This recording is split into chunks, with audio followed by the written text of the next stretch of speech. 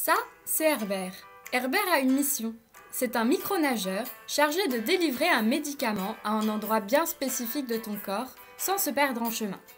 Et nous, Herbert, on aimerait bien l'aider. Mais comment? Nous dit Herbert. J'ai un très mauvais sens de l'orientation. Et si on pouvait le guider à l'aide d'un objet aussi simple qu'un aimant? On pourrait l'équiper d'une super combinaison magnétique et là... Il va falloir appeler des renforts. On vous présente donc hydrogel et ferrofluide. Mais de quoi sont-ils faits?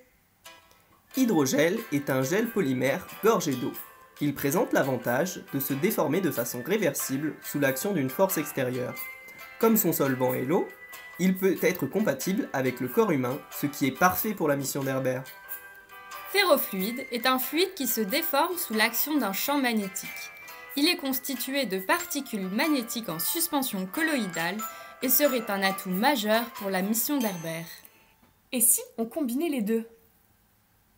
Voilà le ferrogel, un super hydrogel contenant une suspension de particules magnétiques qui se déforme sous l'action d'un champ magnétique de façon immédiate et réversible. Étudions-le plus en détail. Pour notre hydrogel, nous avons décidé d'utiliser du PVA avec du GDA.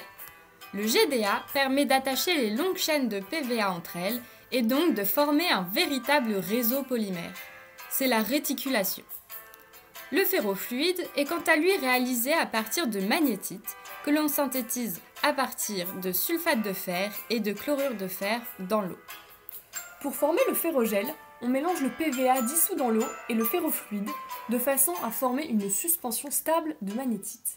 C'est à ce moment-là qu'on ajoute le GDA qui va provoquer la réticulation et ainsi emprisonner les particules de magnétite dans la matrice polymère. Le ferrofluide doit être stable, c'est-à-dire que les particules doivent rester en suspension. Pour cela, deux solutions s'offrent à nous, stabilisation électrostatique ou stabilisation stérique. La stabilisation électrostatique consiste à former une couche chargée à la surface des particules afin que celles-ci se repoussent par effet électrostatique. La stabilisation stérique consiste à entourer les particules magnétiques de grosses molécules. Ceci permet d'éloigner les particules les unes des autres et d'éviter ainsi la formation d'agrégats. Le problème, les particules sont alors énormes, impossible de les insérer dans notre matrice polymère. Nous utilisons donc la stabilisation par effet électrostatique en rendant le milieu très acide. Et voilà, on a un ferrogel, mais il n'est pas encore parfait. Il se déforme, mais on peut sûrement faire mieux. Notre mission, l'optimiser pour qu'il se déforme le plus possible, tout en ayant une texture assez résistante. On se concentre pour cela sur l'élongation de cylindres de ferrogel. Pour mesurer l'élongation, on génère un champ magnétique sous le cylindre de ferrogel à l'aide d'un électroaimant relié à une alimentation variable. En augmentant la tension, et donc le champ magnétique, on observe le gel se déformer de plus en plus. Les premiers essais ne sont pas très concluants. Comment les améliorer? Deux solutions sont possibles. On peut augmenter la concentration en ferrofluide dans le gel pour qu'il soit plus sensible au champ magnétique et permettre ainsi une plus grande déformation. Après plusieurs essais rapides, nous avons choisi de fixer la concentration en ferrofluide et de se concentrer sur le deuxième paramètre. Le deuxième paramètre consiste à faire varier le taux de GDA et donc de réticulation.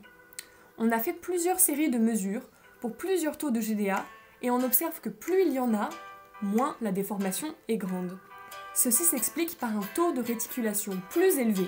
Le gel est donc plus solide et se déforme moins facilement. Mais attention, si on ne met pas assez de GDA, on peut avoir de mauvaises surprises.